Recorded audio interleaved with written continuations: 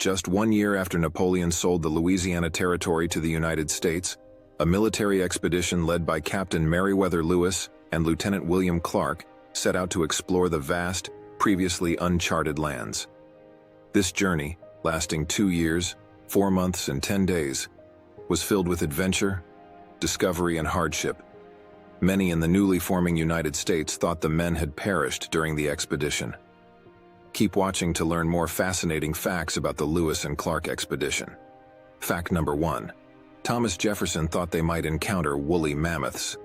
Thomas Jefferson was fascinated by mammoths.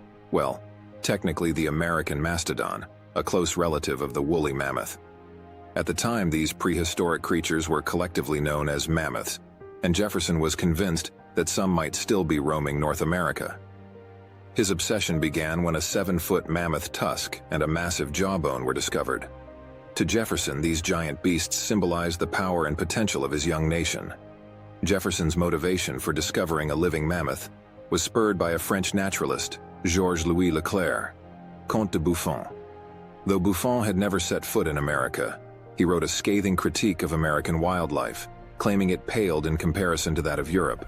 Jefferson hoped that Lewis and Clark's expedition would discover not only mammoths but perhaps even giant ground sloths, proving Buffon wrong.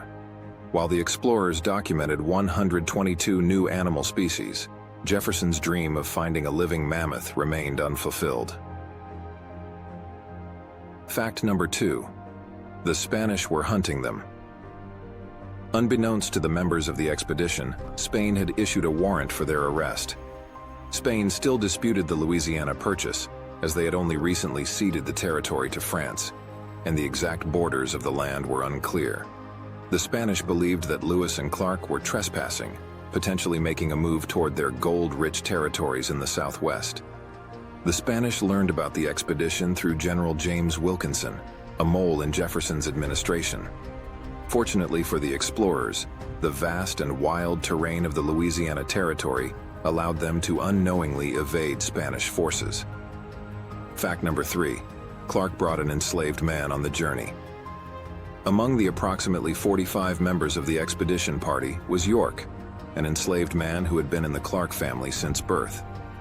York was notable for his imposing stature, standing over 6 feet tall and weighing around 200 pounds, which likely influenced Clark's decision to bring him along. During the expedition, York was treated almost as an equal, handling firearms, hunting, and helping navigate. Despite initial tensions with some of the white members of the party, York was well received by the Native Americans they encountered, many of whom had never seen a black man before. He played a crucial role in fostering positive relations with local tribes, earning nicknames like Raven Son and Big Medicine from the Nez Perce and Arikara peoples. However, upon returning from the expedition, York expected his freedom, something Clark refused to grant. York's desire for liberty led to a strained relationship between him and Clark, who remarked that York's notions of freedom made him less useful as a servant. Fact number 4. The expedition was heavily armed. Though the primary goal of the Lewis and Clark expedition was peaceful exploration and diplomacy, the party was equipped for conflict.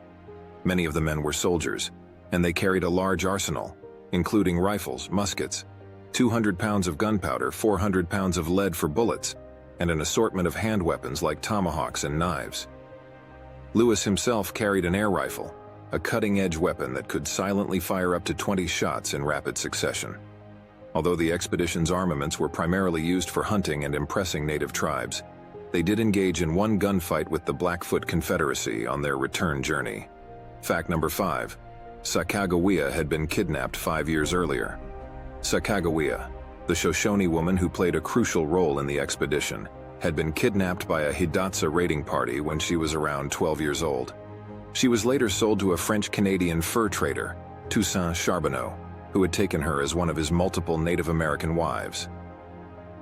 When Lewis and Clark arrived in the winter of 1804, they hired Charbonneau as an interpreter and agreed that Sakagawas, who was pregnant at the time, would accompany them.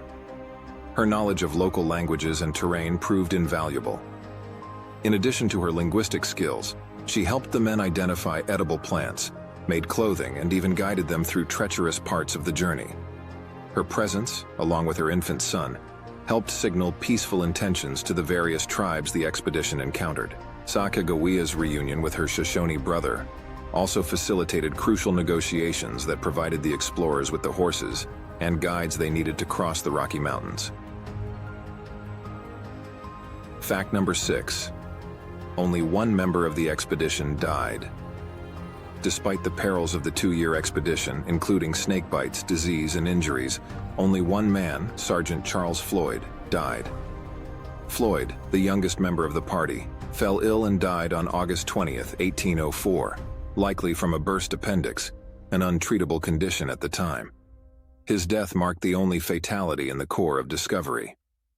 Fact number 7. Lewis was accidentally shot by a fellow explorer. Though Floyd was the only member to die, injuries were not uncommon. In August 1706, Meriwether Lewis was accidentally shot in the hip by one of his own men during a hunting expedition. The culprit was likely Pierre Cruzat, a nearly blind marksman who mistook Lewis for an elk. Though Lewis spent several weeks recovering, the injury was not life-threatening. Fact number 8. Clark adopted Sakagawa's children. During the expedition, Sakagawa gave birth to a son, Jean-Baptiste Charbonneau, whom Clark nicknamed Pomp. Clark developed a close bond with the boy and later expressed his desire to adopt him.